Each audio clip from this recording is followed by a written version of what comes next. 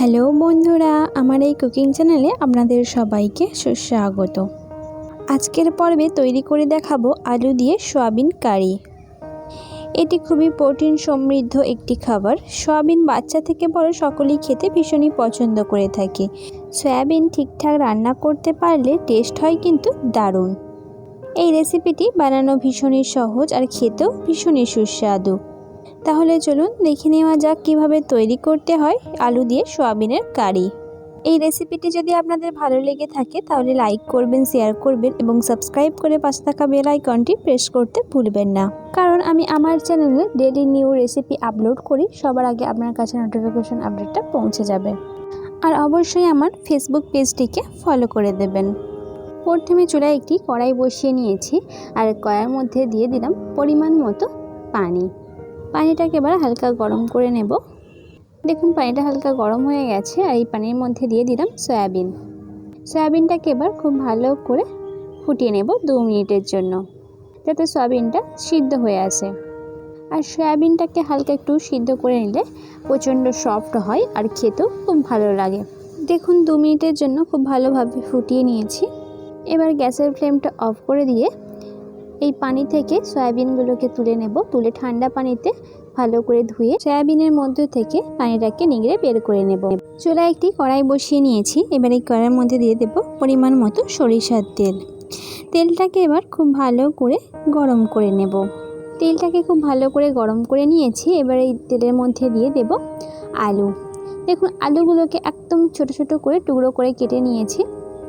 আমি এখানে একটা মিডিয়াম সাইজের আলু ব্যবহার করেছি। এবার দিয়ে দিলাম সামান্য পরিমাণে লবণ, দিয়ে এবার খুব ভালো করে নেড়ে ছেড়ে আলুটাকে ভেজে নেব। এবার দেব সামান্য পরিমাণে হলুদ গুঁড়োটা দিয়ে আবারও খুব ভালো করে নেড়ে ছেড়ে আলুটাকে ভেজে নেব। দেখুন সমস্ত আলুগুলোই আমি গোল্ডেন ব্রাউন কালার করে ভেজে নিয়েছি। এবার আমি একটি পাত্রের মধ্যে সমস্ত আলুগুলো তুলে নেব। দেখুন একে একে সমস্ত আলুগুলোই আমি একটি পাত্রের মধ্যে তুলে নিলাম। এবার এই কড়াইয়ের মধ্যে দিয়ে দেব পরিমাণ মতো সরিষার তেল। তেলটাকে এবার ভালো করে গরম করে নেব। দেখুন তেলটা ভালো করে গরম করে নিয়েছি। এবার তেলের মধ্যে দিয়ে দেব সয়াবিন। দেখুন একে একে সমস্ত সয়াবিনগুলোই দিয়ে দিলাম। আর সয়াবিনের ভেতর থেকে পানিটাকে খুব ভালো করে নিগড়ে বের করে নিয়েছি। এবার দিয়ে দেব স্বাদ অনুসারে লবণ। আর দেব হাফ টেবিল চামচ হলুদ গুঁড়োটা দিয়ে এবার খুব ভালো করে নেড়ে চেড়ে ভেজে নেব। দেখুন সয়াবিনটাকে খুব ভালো করে ভেজে নিয়েছি।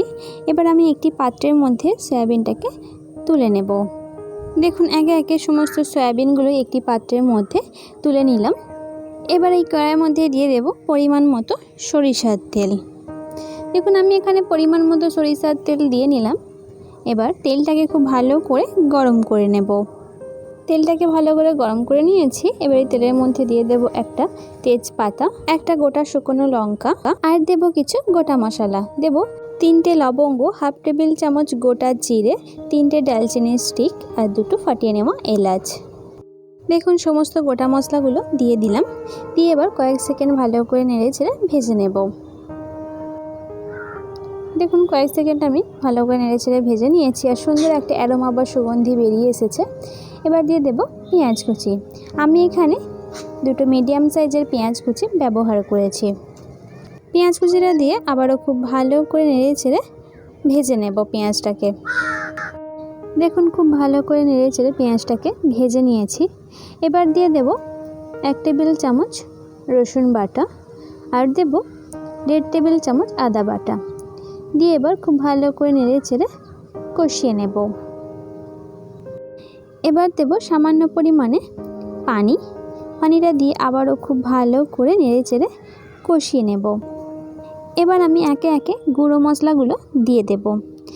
হাফ টেবিল চামচ হলুদ গুঁড়ো, দেব 1 টেবিল চামচ লঙ্কা গুঁড়ো, হাফ টেবিল চামচ ধনে গুঁড়ো আর দেব 1 টেবিল চামচ জিরে গুঁড়ো। দিয়ে এবার খুব ভালো করে কষিয়ে নেব। এবার দিয়ে দেব সামান্য পরিমাণে একটু পানিটা দিয়ে আবারও খুব ভালো করে কষিয়ে নেব। এবার দেব 1 টেবিল চামচ কাশ্মীরি লঙ্কা গুঁড়োটা দিয়ে আবারও খুব ভালো করে কষিয়ে নেব। কাশ্মীরি লঙ্কাগুলোই কিন্তু খুব একটা বেশি ঝাল থাকে না, সুন্দর একটা কালার নিয়ে আসে। এইভাবে খুব ভালো করে নেড়েচেড়ে কষিয়ে নিতে হবে। দেখুন খুব ভালো করে শুকনো শুকনো করে কষিয়ে নিয়েছি আর মশলা দিয়ে পুরো তেল ছেড়ে দিয়েছে দেখুন। এবার দিয়ে দিলাম 1 টেবিল চামচ টক দই। টক দইটা দিয়ে আবারও খুব ভালো করে নেড়েচেড়ে মিশিয়ে নেব। এবার দেব স্বাদ অনুসারে লবণ আর দেব সামান্য পরিমাণে চিনি। চিনিটা অপশনাল, আপনারা না দিতে চাইলে নাও দিতে পারেন, তবে রান্নার মধ্যে সামান্য পরিমাণে যদি চিনি দেন তাহলে কিন্তু রান্নার টেস্ট ব্যালেন্স করে। এবার দিয়ে দেব সামান্য পরিমাণে একটু পানি। পানিটা দিয়ে আবারও খুব ভালো করে কষিয়ে নেব। রান্নাতে মশলা যত ভালো করে কষাবেন রান্নার টেস্ট কিন্তু ততই ভালো হবে। দেখুন মশলা দিয়ে পুরো তেল ছেড়ে দিয়েছে আর মশলাটাও খুব ভালোভাবে কষানো হয়ে গেছে। এবার দিয়ে দেব আগে থেকে ভেজে রাখা আলুটা দিয়ে এবার মশলার সঙ্গে খুব ভালো করে কষিয়ে নেব। দেখুন বেশ কিছুক্ষণ আমি ভালো করে কষিয়ে নিয়েছি। এবার দিয়ে দেব আগে থেকে ভেজে রাখা সয়াবিন। দেখুন সমস্ত সয়াবিনগুলোও দিয়ে দিলাম। এবার সয়াবিনটাকেও খুব ভালো করে কষিয়ে নেব। দেখুন সয়াবিনটাকে খুব ভালো করে বেশ কিছুক্ষণ শুকনো শুকনো করে পুরো কষিয়ে নিয়েছি। এবার দিয়ে দেব পরিমাণ মতো পানি। দেখুন আমি এখানে পরিমাণ মতো পানি দিয়ে নিলাম। পানিটা দিয়ে আবারও খুব ভালো করে নেড়েচেড়ে এইভাবে একটু মিশিয়ে নেব। দেখুন সয়াবিনটা খুব ভালোভাবে ফুটে উঠেছে। এবার দিয়ে দেব 1/2 টেবিল চামচ গরম মশলা পাউডার। গরম মশলা পাউডারটা দিয়ে একটু নাড়াচাড়া করে নেব। এইভাবে একটু নাড়াচাড়া করে নিয়ে এবার দিয়ে দেব গোটা কাঁচা লঙ্কা। কাঁচা লঙ্কাটা দিয়ে এবার ঢাকা দিয়ে একদম লো ফ্লেমে 5 মিনিট মতো রান্না করে নেব। রান্নার লাস্ট টাইমে কাঁচা লঙ্কাটা দিলে কাঁচা লঙ্কার ফ্লেভারটা কিন্তু দারুণ আসে। 5 মিনিট পর ফেরত এলাম।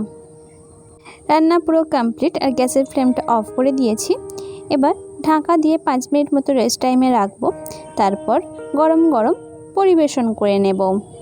আমার আজকের রেসিপি কেমন লেগেছে আপনাদের সেটি আমাকে কমেন্টের মাধ্যমে অবশ্যই জানাবেন। আর যদি ভালো লেগে থাকে তাহলে আপনারাও বাড়িতে ট্রাই করবেন। আশা করছি আপনাদের ভীষণ ভালো লাগবে। আর যদি ভালো লেগে থাকে তাহলে ছোট্ট একটি লাইক এবং প্রচুর প্রচুর শেয়ার করে দেবেন। আজকের মতো তবে আমি আপনাদের কাছ থেকে বিদায় নিলাম। কাল আবারও হাজির হব নতুন কোনো রেসিপির সঙ্গে। লাস্ট অবধি আমার ভিডিওটি দেখার জন্য আপনাদের সকলকে অসংখ্য ধন্যবাদ।